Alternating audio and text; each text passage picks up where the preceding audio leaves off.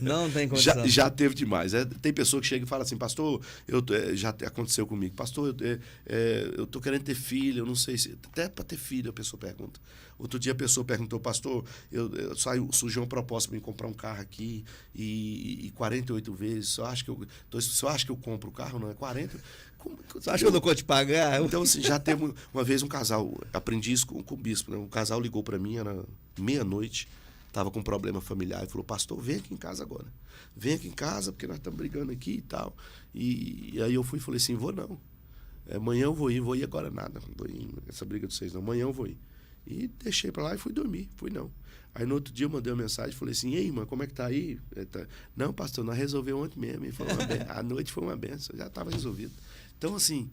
Ia desgastar uma energia, trem... Pastor vive situação que você nem imagina. Então, o pastor é para tudo, pede conselho para o pastor. A pessoa quer uma orientação do pastor. A pessoa quer uma palavra do pastor. E aí, por que o pastor não pode, às vezes, orientar na questão política, trazer uma orientação para a igreja, dentro das suas convicções, as convicções daquilo que você prega, de professa? Então, a gente apanha muito por causa disso. Por causa do erro de um, coloca todo mundo igual. Aí taxa que as igrejas só pensam em dinheiro, as igrejas é mercenário, pastor é mercenário.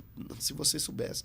O que nós temos hoje é uma gama muito grande de pastores depressivos, até pastores que tiram a vida, pastores que deixam de viver as suas vidas para viver a vida dos outros, que não dormem, dependendo de remédio. Eu cuido de pastores depressivos. Então, o que acontece? As pessoas não veem isso. As pessoas...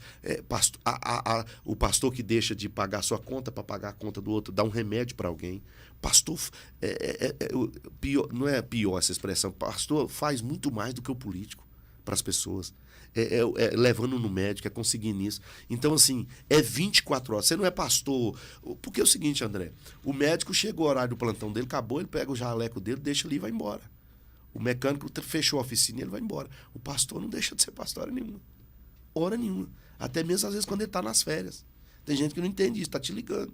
Nem nas férias você tem, entendeu? Então, assim, o pastor é pastor o tempo integral.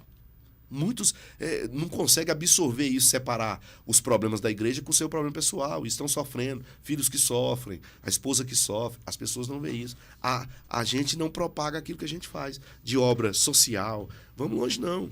Outro dia eu vi, assistindo um podcast, foi aqui mesmo, até faltou ser explanado isso, eu até mandei uma mensagem na época. Aqui no Iporá, você sabe que o pastor Ataú construiu uma vila de casas. E dá sei. Você sabia disso? Onde que é a vila mesmo? Deixa eu Fica lá no Novo Horizonte, porque lá... Entre o Novo Horizonte e Águas Claras. Não dá casa escriturada para a pessoa, porque a pessoa pega amanhã, vende. Dá o direito da pessoa morar. Você vai morar enquanto você quiser. Aqui tem um projeto de celeiro, até comprou um carro para levar comida, dar cesta para as pessoas. Entendeu? Eu não estou te contando que no problema da minha esposa foi o pastor que arrumou a clínica, foi o pastor que pegou o carro, levou. E fora tantas outras coisas que o pastor faz. E a gente não divulga, não fica propagando isso na internet o tempo todo. Entendeu? Aí as pessoas só sabem o quê? Criticar. E quantas pessoas que entram, não estou falando só no físico, quantas pessoas que entram dentro de uma igreja arrebentado, pensando em tirar a vida, todo arrebentado, meio pó, o caco, e chega ali um pastor aconselha, encosta nele. Outro dia eu estava ouvindo o Chico Doca aqui, ó, o exemplo maior do Chico Doca. Foi na igreja que ele encontrou isso. Agora me diz aonde é que o governo restaura pessoas. Não restaura. É Deus, irmão. Através do quê? Da figura do pastor. Entendeu? Então, nós somos, até entre aspas, perseguidos, nós somos muito taxados como tudo isso aí por causa do erro de alguns. Alguns que usam a fé para enganar as pessoas, que usam do meio evangélico para... É bíblico isso também, né? Ia ter os falsos profetas, surgirão os falsos, sempre. Então, por causa desse, os outros acabam caindo na descredibilidade. Mas o fruto bom permanece, André. E o fruto ruim, ele cai por si só. Hora ou outra, ele é revelado. E cada um dará conta diante de si, diante de Deus. Aprendi isso. Top. Deixa eu fazer um comercial aqui, deixa eu agradecer o Rei da Verdura, são meus parceiros. Você já o Rei da Verdura, crente pra caramba. Eu compro lá direto, eu sei onde que é, lá na Rio Claro. Nossa Senhora. Tô ligado. Olha eu falando aqui os trem. Esse dia eu fui gravar com o irmão recém-convertido. Recém-convertido, é até meu irmão ele de sangue, sabe? Vamos gravar um comercial aqui. E aí meu pai é vice-pastor da igreja também e tal. Aí ele, recém-convertido, eu fui gravar. Eu falei, mano, você vai falar assim, olha que trem top aqui no mercado e tal. Aí ele ia falar, Nossa senhora, olha que trem top aqui, não sei o quê. Moça, aí não, gravar de novo. Nossa Senhora dos Crentes. Nossa Senhora dos Crentes. Eu fui gravar de novo. Aí gravar, Nossa Senhora, meu pai, não pode falar. Falei, que é esse rolê também? Deixa eu falar sobre isso, que eu conheci um padre, inclusive foi o primeiro padre que veio aqui, foi no segundo episódio que existiu no Zipocast, padre Aderso. Lá de Jaupaci. Eu conheço ele demais. Meu amigo. Eu sigo ele. Eu gosto mais dele. Maravilha, maravilha. Eu sigo ele. Forrozeiro. Forrozeiro. Ele tá lá no Tocantins, rapaz. O padre. Quase morreu esse dia. Eu vi, ele criou um projeto lá, Quem Diria. Eu acho. Eu conheço ele há muitos Meu anos. amigo da minha família, sim. Eu conheço o padre Aderso. Ele é uma figuraça, padre. E ele deu uma viralizada. Eu lembro, polemizou que demais. Maria não salva, eu lembro daquela polêmica. E agora, como que um padre, irmão, chega numa comunidade católica e fala assim, Maria não salva não? Ô André, deixa eu te falar uma coisa aqui. Na verdade, a maioria deles sabe disso. O que o padre Aderso fez foi o que ninguém faz, falar. Mas eles sabem disso. Deixa eu te contar um negócio. Eu tenho um casal que congrega comigo e eles foram católicos a vida toda. De dentro da igreja católica, tocava lá. E ele começou a ler a Bíblia, porque ele ia para missa e sempre tinha um folhetinho lá. Eu não estou criticando religião nenhuma. Eu já participei da Pastoral da Juventude. Você acredita? Já fui da Pastoral da Juventude. Na época Baixa o seu microfone um pouquinho para o seu rostinho ficar mais bonitinho. Baixa ele aqui assim, ó. Aqui assim. Pode baixar. Na época que eu morei aqui em Porá, eu morei aqui no fundo, no fundo da igreja católica. Entendeu? Eu tenho um carinho muito grande. O padre lá de Montes Claros é meu amigo. Nós somos amiguíssimos. Gente boa demais. Então eu tenho um respeito muito grande. Nós estamos falando aqui de teologia. Então, assim, esse casal estava lá e começou a ler a Bíblia e começou a fazer essas perguntas. Um dia ele, sozinho, ele teve essas dúvidas. Onde é que está isso na Bíblia? Onde é que está isso? E ele chegou mais cedo na missa e e fez esse questionamento para o padre. Padre, me mostra onde é que está isso na Bíblia. Ele falou, meu filho, você não vai achar nunca, não tem isso na Bíblia. Mas, padre, se não tem na Bíblia, por que a gente crê? Por que a gente fala? Aí o padre falou assim, meu filho, isso aí nós não vai mudar nunca. É lá de cima. Aí foi quando ele, por si só, não precisou ninguém falar, ele resolveu sair da igreja. Um dia ele entrou na igreja evangélica e virou evangélico. Então, assim, o que as pessoas não entendem, até tem uma visão errada em relação a isso, eu julgo o seguinte, é falta de conhecimento. A Bíblia diz assim que o meu povo perece por falta de conhecimento. Então, a falta de conhecimento, ela traz ignorância. E a maioria dos católicos são católicos assim. Minha bisavó foi católica, meu avô foi católico, meu pai foi católico, eu fui criado na igreja católica, eu sou católico.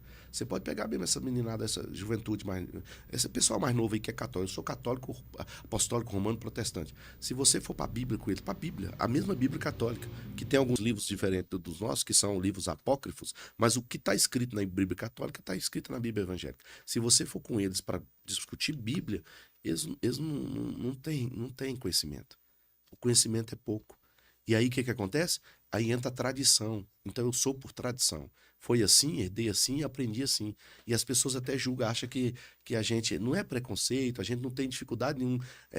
Você falou da Maria aí. A Maria é uma pessoa extremamente... Eu prego sobre Maria. Maria é uma mulher extremamente extraordinária na Bíblia. Nós não temos dificuldade nenhuma de falar Maria.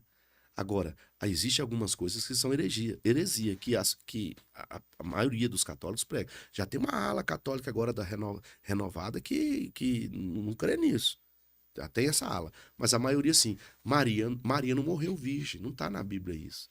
Então, se a Bíblia é o nosso livro de fé, de conduta, o livro que nós temos como manual de regra de fé, se ela se a gente for para a Bíblia, esquece a tradição, vamos para a Bíblia. Jesus teve mais irmãos. Deixa eu te falar. Mas essa parte do Virgem Maria, não é porque quando ela concedeu, ela era virgem? A maioria, ela concebeu Jesus virgem porque a obra de Jesus foi gerada pelo Espírito Santo. Ela não deitou com José. Inclusive, ela estava desposada com José, ela estava preparando para casar com José, quando o Espírito Santo chega para ela e fala, vai ser gerado de ti do Espírito, o Salvador. Aí o José fica sabendo, fala, eu vou abandonar ela, porque eu não quero envergonhar ela para não causar escândalo. Quando José pensa em deixar ela, o Espírito Santo chega e fala para José também, não abandona José. O que está sendo gerado dela é do Espírito Santo. Não é fácil para Maria, não. Naquela época, uma moça que nem era casada, aparecer grávida, as pessoas entenderem isso, e para o próprio José. Para o José. E para o José. Ah, rapaz, essa mulher está grávida, que conversa é essa? Não é verdade? Então, assim, olha o que Maria venceu. Agora, não é isso. Você pode conversar depois com a católica. Jesus foi gerado quando Maria era virgem, não teve contato. Só que Maria casou. O que a maioria deles prega é que a Maria é virgem até hoje, ela morreu virgem. Não, Maria casou depois com José, teve mais irmãos. Ela teve relação. Segundo, Maria não intercede, não tem na Bíblia. Maria não intercede por nós junto a Jesus. Não tem isso na Bíblia. Se alguém me mostrar isso na Bíblia, eu deixo de ser pastor agora. Olha o que a Bíblia diz. Só há um mediador entre Deus e os homens, a saber, Jesus. Jesus é o único que pode intermediar. Um único. Olha o que o próprio Jesus diz, André. Eu sou o caminho, a verdade e a vida. Jesus falando. Eu sou o caminho, a verdade e a vida. Ninguém, olha a expressão ninguém. Ninguém vem, não é vai, é vem, porque ele já está junto com o Pai. Ninguém vem ao Pai a não ser por mim, Jesus. Não tem. Até quando Maria era viva, ela não pôde resolver nada. Porque estava na festa de casamento, o primeiro milagre, acabou o vinho. Ela ficou sabendo, ela avisou para Jesus. Acabou o vinho. Aí quando ele chega, e ela fala para Jesus, ela chega para Jesus e ele fala assim, mulher, não é chegada a minha hora. Aí ela vai e vira para o servente e fala assim, fazei tudo que ele disser. E ela se retira e ele faz o milagre. Mas quem fez o milagre foi Jesus, ela não fez. Então, primeiro, Maria não faz milagre.